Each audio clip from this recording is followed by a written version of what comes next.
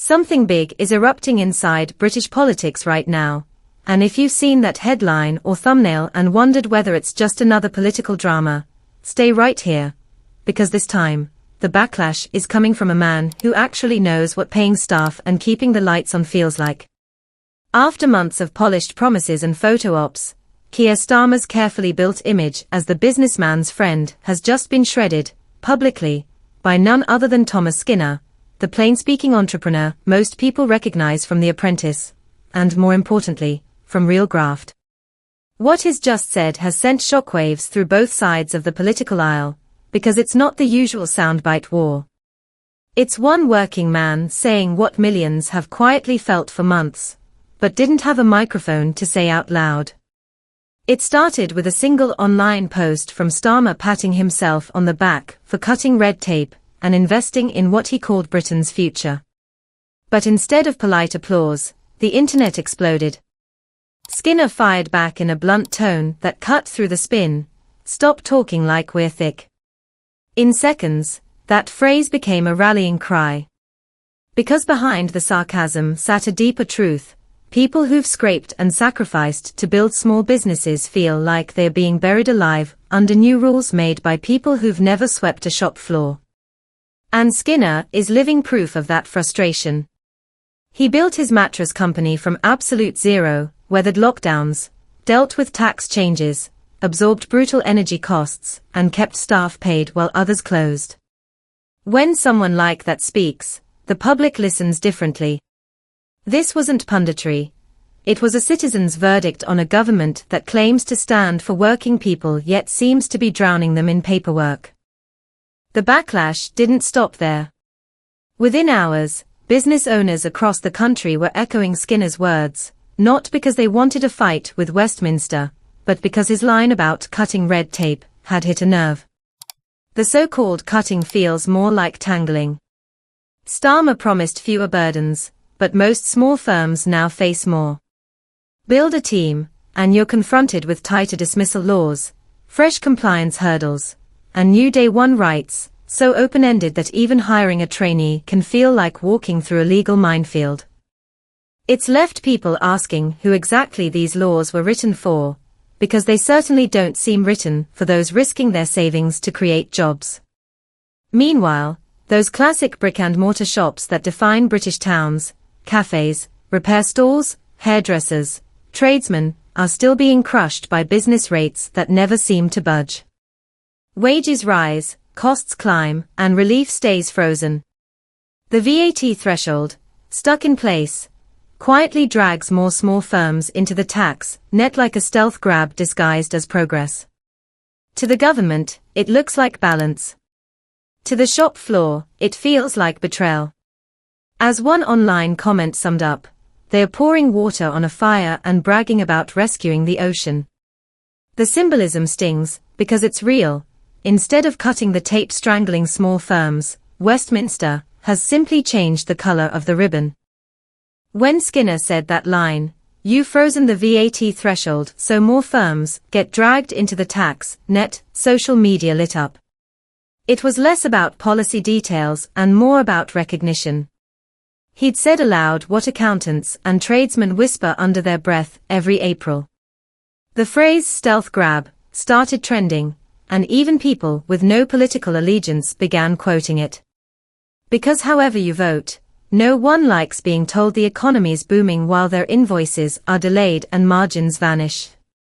Stop talking like we're thick. That sentence didn't just sting, it flipped a switch. It said ordinary Britons aren't naive. They see the contradictions, the doublespeak, the carefully polished tweets that sound caring but solve nothing. From inside government, the reaction followed the usual script, first silence, then spin. Labour MPs insisted reform takes time, that progress is happening, that partnership with business is at the heart of their vision. But outside Westminster, patience has worn thin. Shopkeepers can't keep waiting for Whitehall definitions of improvement while rents, bills, and rates are strangling them now. Skinner even drew attention to an issue usually hidden from national headlines, the inheritance tax trap faced by British farmers. These are the people who put food on our tables, he said, and you're punishing them for trying to pass it on to the next generation. That one comment pierced the usual chatter, because it exposed something brutal. Across rural Britain, families who farmed the same soil for generations are selling off pieces of that land just to pay the death duty slapped on them by the Treasury. To hear that spoken outside Parliament halls, in blunt Essex tones, was a reality check few in London could ignore. And yet while farms are folding, high streets are hollowing. Local butchers that once anchored communities now sit boarded up. Pubs vanish, cafes flicker out, and each temporary closure sign quietly becomes permanent. Every press conference promises renewal, yet the daily grind tells a true story. Listening doesn't pay the bills. Britain's small businesses are running out of patience, and more dangerously, out of options. Overtaxed, overregulated, underappreciated. The frustration isn't ideological, it's practical. It's about people who've built something from scratch, and feel like the state's rewarding the idle and punishing the industrious. This month's explosion wasn't even Skinner's first. Earlier in October, he warned that the country was turning into what he described as a welfare state for bureaucracy. Instead of backing the grafters, he said, they've made it harder to earn, harder to grow, harder to breathe. That last line cut deep, harder to breathe, because it summed up the slow suffocation many business owners describe privately, but rarely say publicly. And now, suddenly, their feelings have a voice. Behind closed doors, even senior business figures whisper similar frustrations. At a recent corporate event, Starmer himself seemed to acknowledge the strain, telling leaders, "We've asked a lot of you." Between the lines, that means, "We know you're suffering, but please hold on while we manage the optics." Not encouraging words for people already on the edge. Even established papers, like The Times, have reported murmurs that Labour's pro-business image is wearing thin. Thicker red tape. Weaker incentives. Sliding confidence. We now have a Prime Minister saying, "You can't tax your way to growth," while doing exactly that for political headlines. And the irony burns. The more Starmer tries to sound sensible and centrist, the more he risks appearing like a bureaucrat boxed in by advisors who've never chased an overdue payment, or carried payroll stress home at night. It's almost poetic in a grim way, Britain's self-styled modern manager being lectured by a former Apprentice star on what real work looks like. What's remarkable is how quickly Skinner's remarks turned from a celebrity rant into a civic movement. Facebook business forums, local trader chats, and small business associations began repeating his words, "Cutting red tape, you've done the opposite." It's not about fame, it's about authenticity. And authenticity can't be faked. Skinner's voice carries sawdust and stress. Starmer's sounds like spreadsheets and slogans. One came from a man who's lived the hardship. The other from someone talking about it. And when the builders, drivers, and cafe owners who form Britain's backbone start to feel mocked or dismissed, it isn't just anger, it's a quiet rebellion beginning to breathe. No one expects miracles. What people crave is honesty and respect. Yet the decision-makers seem trapped in a bubble that mistakes polite roundtables for real dialogue. Skinner's fury has exposed something larger than policy failure. It's an identity crisis. We were once a country that built things. Engines, ships, machines, entire industries. Today, we seem to audit them instead. Every year, the language grows more bureaucratic, while the work grows harder to do. And while Starmer's team drafts another neat press statement about listening, the real sound beyond Downing Street is the British business community gasping for air.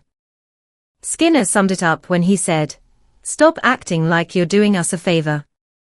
That's the sentence being printed on t-shirts, quoted on talk radio, repeated in workshops and warehouses.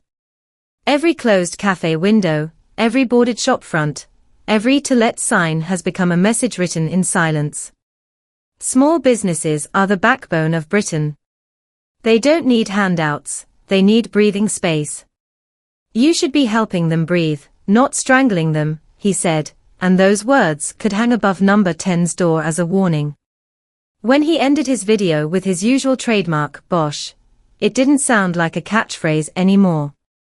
It landed like a verdict. And that brings us to the uncomfortable conclusion, the payoff this story's been hinting at since the start. Starmer promised to invest in Britain's future, but you cannot invest in the future while the present is collapsing beneath you. Every time a government praises enterprise while tightening its grasp, it bleeds away the very energy it claims to empower. Skinner's outburst has turned into a national moment not because it was loud, but because it was true. In the words that now echo across thousands of comment sections, patriotism isn't waving a flag, it's paying your staff on Friday. And right now, the people who do that are warning they can't keep going much longer. If you care about Britain's small businesses and want to see where this rebellion leads next, watch our follow-up video, How Small Business Britain Fights Back, because what's being planned behind the scenes might shock even Westminster. Click now, before the next policy drops and the story moves on without you.